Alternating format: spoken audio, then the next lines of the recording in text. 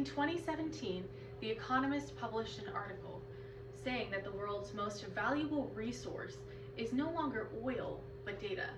This sounds really crazy, especially in today's economy. I mean, how could they have known in 2017 that oil was going to be so expensive? Does data even compare? Can data be so precious? With every click, swipe, and scroll, we create a digital footprint online every single day. Data is an incredibly important resource, and in my opinion, it is just as important as money. I have personally seen the effects of data leaks on loved ones, and I have gained awareness of how vulnerable my data has been. So I sought tools to inform and protect myself so I can improve my data privacy.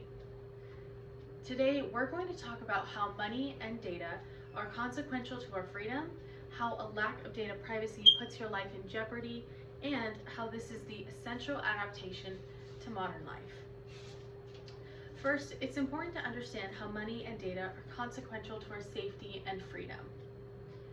We all deserve safety from bad actors, and a lot of our sensitive information is online, including financial information and our health record.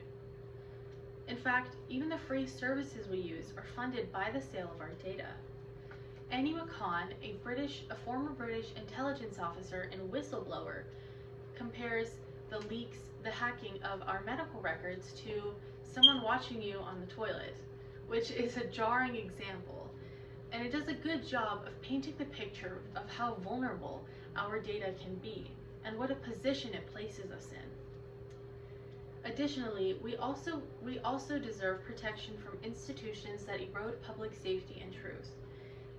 McCann's book, The Privacy Mission, Achieving Ethical Data for Our Lives Online, it includes a point on how governments change and are dependent on infrastructure, hardware, and software that these corporations provide, making it increasingly difficult for them to disentangle their interests from those of the corporations.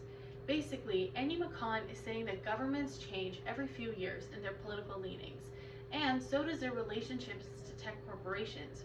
Because of this, our data privacy is never guaranteed.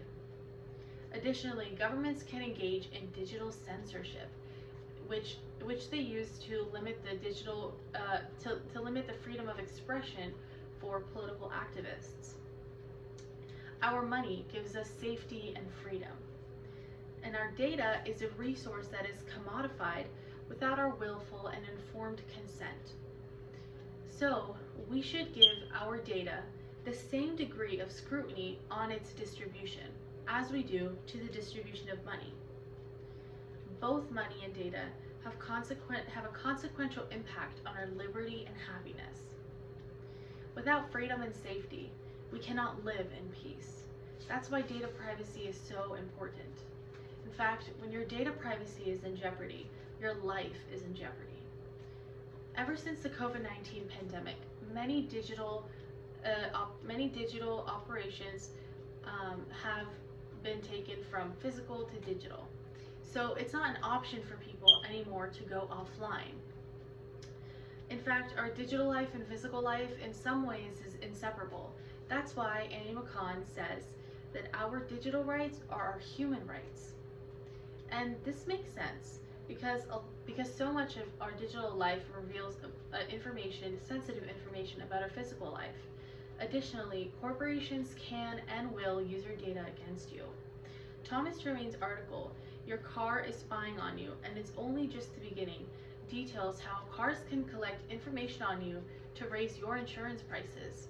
Information like how often and how hard you brake, whether or not you wear a seatbelt. Basically information on how good of a driver you are to certain companies that can raise your insurance prices. And it's especially worse if your car can connect to the internet. This makes you vulnerable to data exploitation. And though this article was published just earlier this year, the story is not novel. Even if your driving is fine, unlike mine. This introduces an alarming precedent, but one we need to familiarize ourselves with.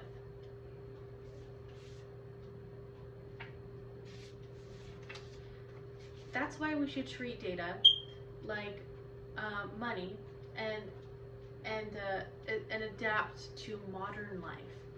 According to the Pew Research Center, 7 in 10 U.S. adults say they are very or somewhat concerned about how the government uses their data. However, when asked 9 questions about topics such as AI, federal privacy laws, and cybersecurity, some 26% of adults can answer at least 7 of the 9 questions correctly, and just 4% can correctly answer all 9.